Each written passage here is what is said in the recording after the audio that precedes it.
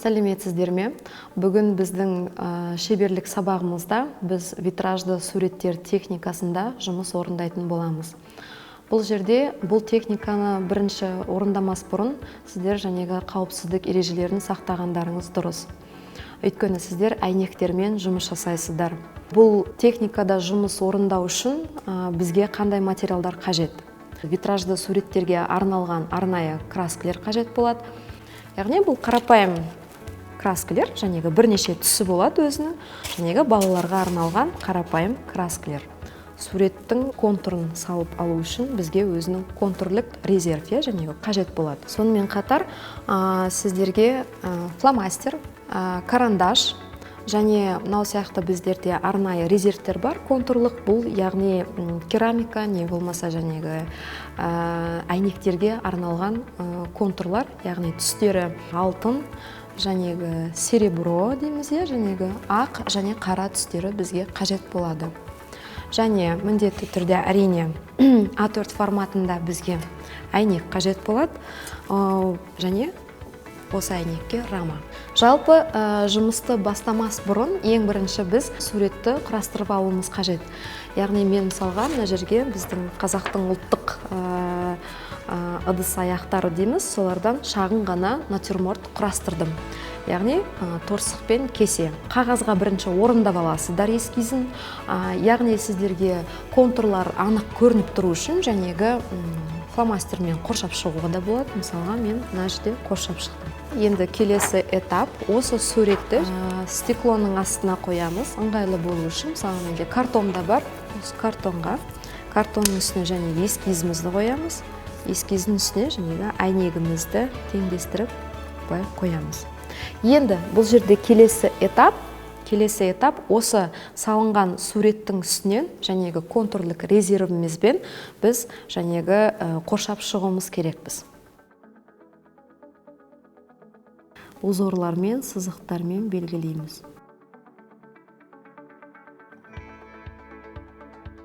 Яғни бұл контурлардың негізгі міндеті красканы, витражды красканың сүйік болады. Сол красканы жәнегі ұстап тұрады. Контурымызды орындап болдық. Енді бұл контурлық жәнегі резерв негізі 24 сағат кептіреміз, не болмаса 12 сағаттың ішінде кебуі мүмкін. Енді келесі этапта біз витражды суреттерге арналған краскілермен жәнегі өзіміздің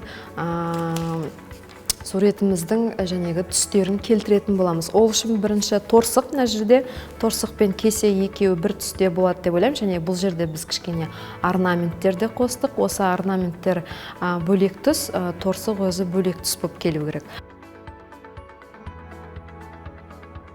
Бұл жерде сіздер осы мынау краскалерді толықтырып, міндетті түрде краскамыз мына контурға міндетті түрде екеуі бірігіп тию керек. Яғни екеуі бірікпесе, сосын кепкен кезде жәнегі аралары ашылып кетеді. Сол ашылып кетпес үшін жәнегі красканың міндетті түрде контурға тиген. Және краска мүлдем қатты көп құйып қажет емес, не болмаса жәнегі аз жұқалай құйып та қажет емес.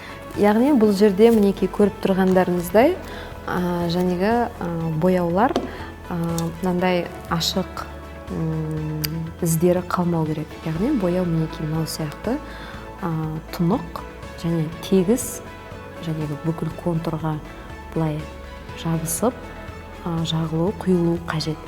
Яғни контурлардың жіңішке кейбір жерлері тимей кеткен жерлерін көретін болсаңыздар, оны міндетті түрде жабуларыңыз қажет.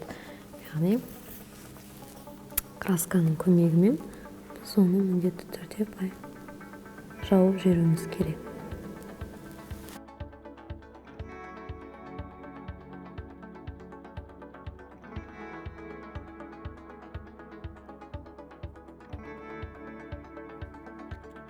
Торсық пен кесені аяқтадық. Яғни бұны міндетті түрде осындай жазықтықта ұстау керек көлденеңінен. Енді фонға кіріспес бұрын жәнегі фонға мен арнайы мынандай ашық түстерді алдым. Яғни жәнегі ашық жасыл, ашық сары деген сияқты. Сарының екі түсі мысалға және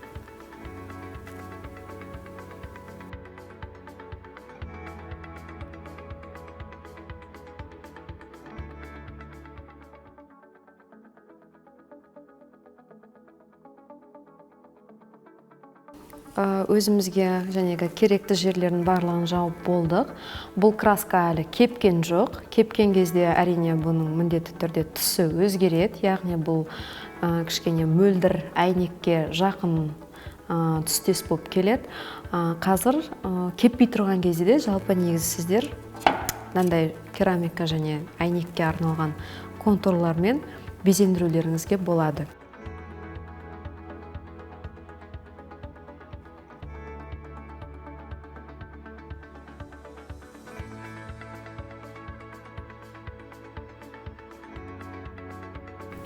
Міне біздің краскамыз кішкене ақырындап кеуіп келе жатыр. Жалпы негізі бұл бояуды 12 сағаттан кейінірек көрсеңіздер, сол кезде результаты пайда болады.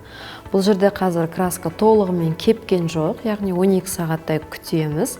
Біз бұл жерде натюрморт жасадық, қазақтың ұлттық ыдыс-аяқтарынан құрастырып, витражды техникасындағы сурет, арнайы краскілермен, контурлармен қарапайым сурет салып шықты. Енді бұл жерде бұны күту керек, өйткені бұған кішкене уақыт қажет болады. Бұл сурет әлі кепкен жоқ.